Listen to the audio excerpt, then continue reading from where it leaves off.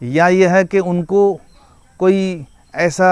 طاقتور سمجھا جائے کہ وہ بہت ہی طاقتور ہے اور طاقتور کے ساتھ ساتھ اللہ کے ساتھ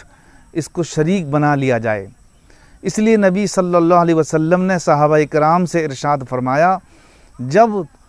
تم یہ واقعہ دیکھو اور تمہارے زمانے میں اور امت کے لیے بھی آپ نے یہ پیغام دیا، صحابہ کرام کے آڑ میں صحابہ کو آپ نے خطاب کیا کہ جب یہ واقعہ رونما ہو تو تم اللہ کو یاد کرو۔ اول یہ ہے کہ اس سے سبق سیکھو کہ یہ اللہ تعالیٰ کی ایک مخلوق ہے، جیسے اور مخلوقات ہیں ویسے ہی یہ اللہ کی ایک مخلوق ہیں۔ دنیا میں جو بھی ما سوی اللہ ہیں، جو اللہ کے علاوہ ہیں، وہ مخلوق ہیں، وہ کبھی خالق یا خالق کے ہمسر نہیں ہو سکتے ہیں۔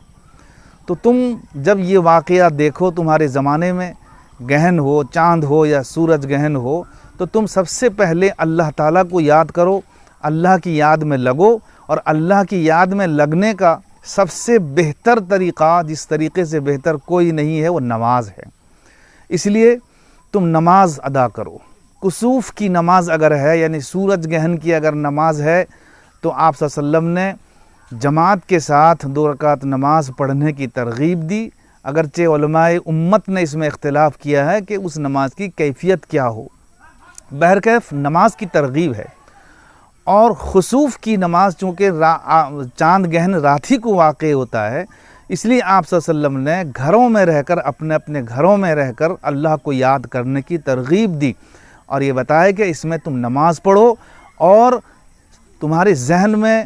تمہارے دلوں میں یہ چیز سمانی چاہیے، سما جانی چاہیے۔ ہر وقت یہ سوچو کہ دیکھو اللہ تعالیٰ کی اتنی بڑی مخلوق ہے، وہ بھی اللہ کی گرفت میں اور عذاب میں آ جاتی ہے، تو ہم کو اس سے سبق لینا چاہیے۔ بس اتنی ہی چیز شریعت میں ہے۔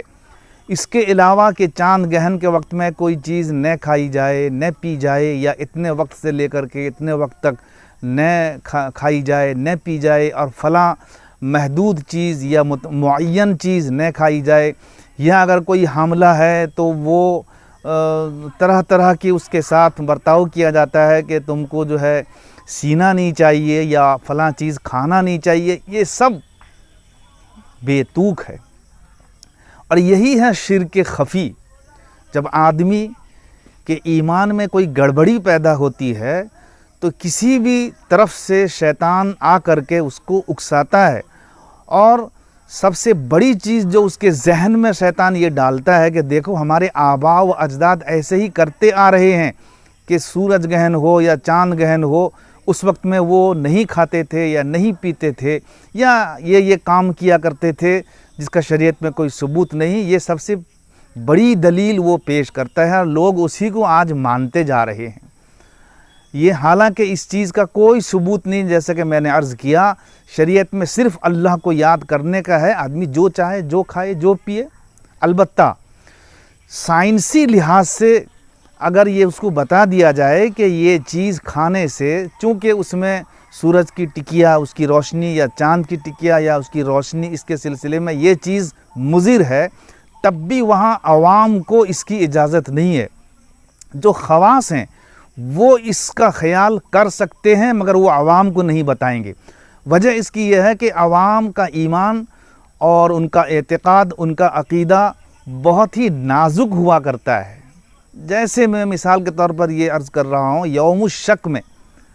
عوام کے لیے جائز نہیں ہے کہ وہ اس میں روزہ رکھیں، لیکن خواص کے لیے جائز ہے۔ وجہ اس کی یہ ہے کہ خواص اپنے دل کو، اپنے ایمان کو یا اپنے قلب کو مضبوط بنا لیتے ہیں، اور ان کو یہ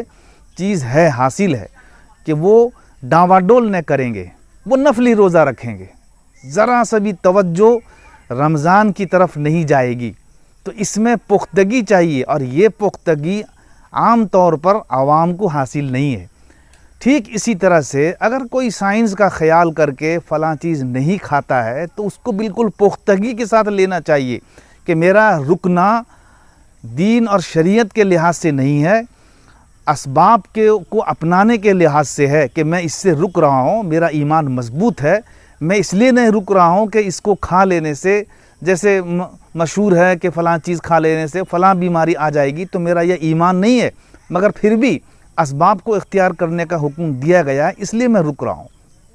تو یہ چیز صرف خواص کے اندر ہو سکتی ہے، عوام میں یہ چیز نہیں۔ عوام جہاں بھی اس کو اپنائیں گے ان کا فوراً رجحان جو ہے چلا جائے گا کہ اسی کی وجہ سے یا میرے کھانے کی وجہ سے یا میرے فلاں عمل کی وجہ سے یہ چیز اگر خدا نخواستہ وہ مبتلا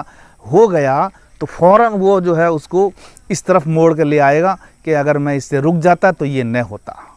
اسی لیے شریعت میں صرف اتنا ہی ثبوت ہے کہ یہ اللہ کی مخلوقات میں سے بڑی مخلوق ہیں، اللہ تعالیٰ ان کو گرفت میں لے کر کے عوام کو اور خصوصاً ان کی پوجا کرنے والوں کو یہ بتانا چاہتے ہیں کہ ہم اپنی گرفت میں سب کو لے سکتے ہیں، ما سوی اللہ سب میرے مخلوق ہیں، ہم نے ان کو پیدا کیا ہے، خالق ہم ہیں۔ باقی ساری چیزیں انسان کا اپنا بنایا ہوا ہے، انسان کا اپنا ڈھونگ ہے جس کا شریعت میں کوئی ثبوت نہیں ہے۔ اللہ تعالی ہمیں ان تمام باتوں پر عمل پیرا ہونے کی توفیق عطا فرمائے۔ وآخر دعوانا ان الحمدللہ رب العالمین۔ MARB دینی معلومات چینل کو سبسکرائب کریں اور گھنٹی والے نشان کو ضرور دبائیں تاکہ ہماری ہر نئی ویڈیو آپ تک پہنچتی رہے۔ ویڈیو کو لائک اور شیئر ضرور